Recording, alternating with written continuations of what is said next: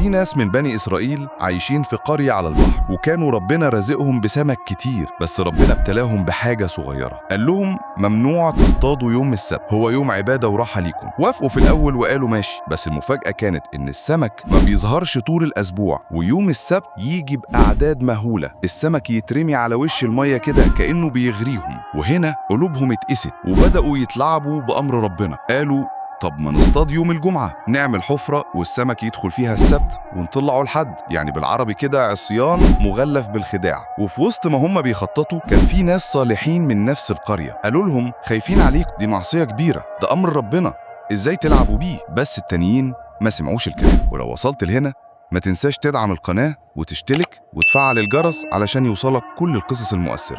المهم ربنا شاف اللي عملوه وسكتهم عن المعصية، فأنزل عليهم عقاب مرعب حولهم لقردة. والله أصبحوا في الصبح مش بشر، بقوا قردة صغيرة عايزين يتكلموا مش قادرين، عايزين يرجعوا بشر، فات الأوان. وفي الآخر الناس الصالحين ساعتها عرفوا إن العقاب ده كان رسالة لكل حد بيستهين بأوامر ربنا. دول اسمهم أصحاب السبت، وورقة ذكرهم في القرآن في أكتر من موضع.